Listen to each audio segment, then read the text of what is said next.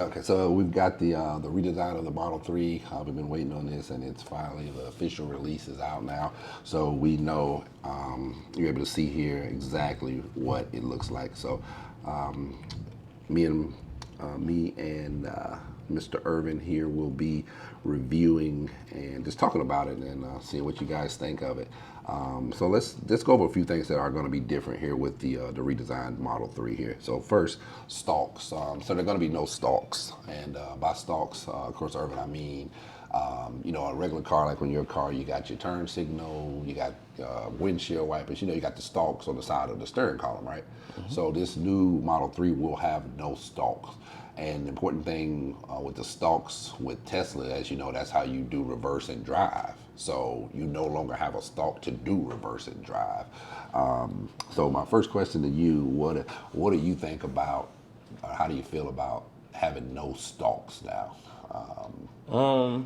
It's definitely going in a different direction. Obviously, so I know a lot of people. When you first get something that's not, you're not accustomed to something that's being different. It might take a while to adjust to it, but I like the general idea of it, and I think people will get used to it, and it may take a turn in that direction for the foreseeable future. Okay, and I'm knowing what one of your first questions is going to be, or what most people's first question is. So again, with the Teslas, the stalk is how you put it in reverse and drive and park. So now, how do you think you put the car in reverse and drive? Maybe at the touch of a button or something. So good guess.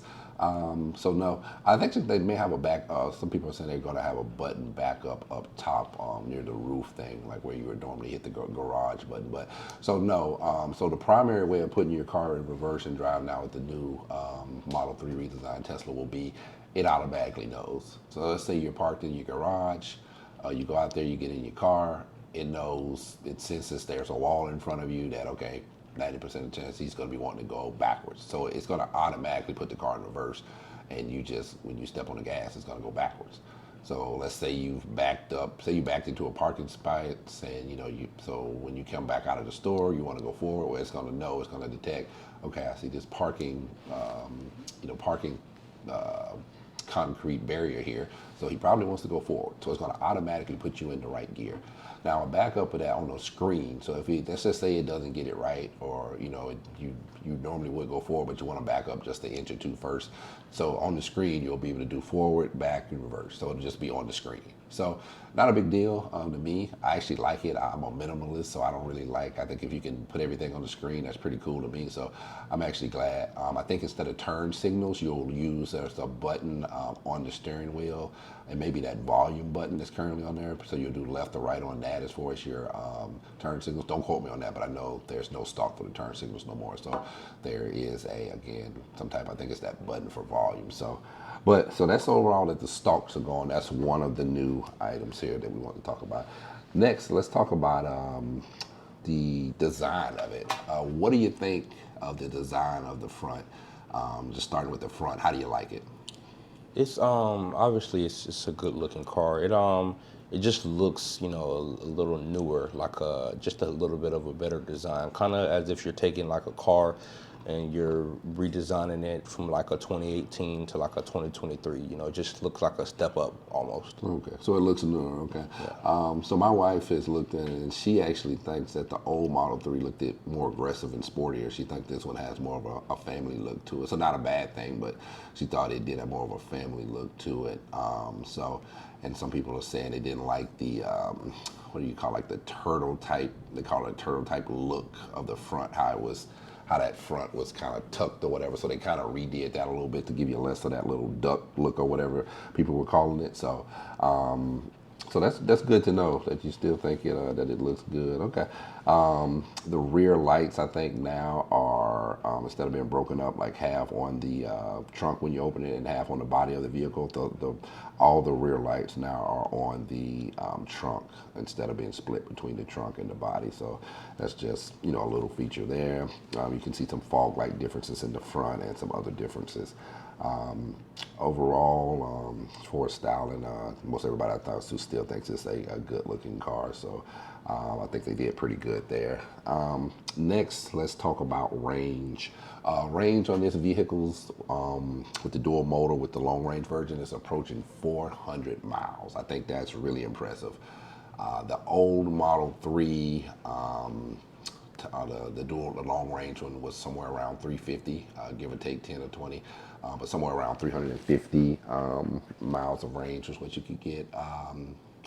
Actually, what's that? Three? Let me think.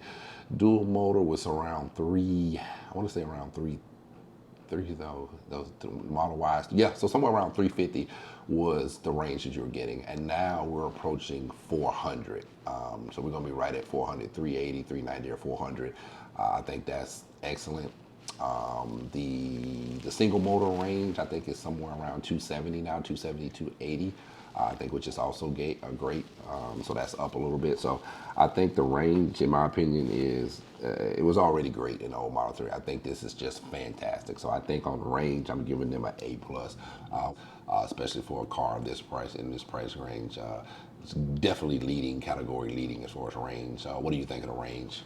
Yeah, the range is pretty good. 400 miles, take you significant distance, and I think that's pretty good for a car that runs around $40,000. That's seems pretty excellent to me. 400 miles is well enough to get maybe where you're going. Even if you're going on like a trip, you may need to stop at maybe a supercharger somewhere down the line, but just point blank period, 400 miles seems excellent to me. Yeah, I agree. Excellent. And it would be around 50 because the base would be 40, but for this long range, 400 mile would be around 50. But even at around 50,000, even at 60,000, I think it's still it is class leading, and I think that is just extraordinary.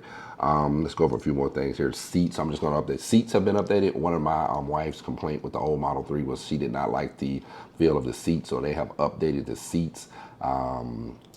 So that is great. They, I think they now offer where you can get cooled seats on top of heated seats, and the seats are supposed to be much more comfortable. So that's great. Again, that was an actual complaint from my wife that's had a Model 3 and at least 2 Model Ys. So she's and drives a lot, so she would know when it comes to that.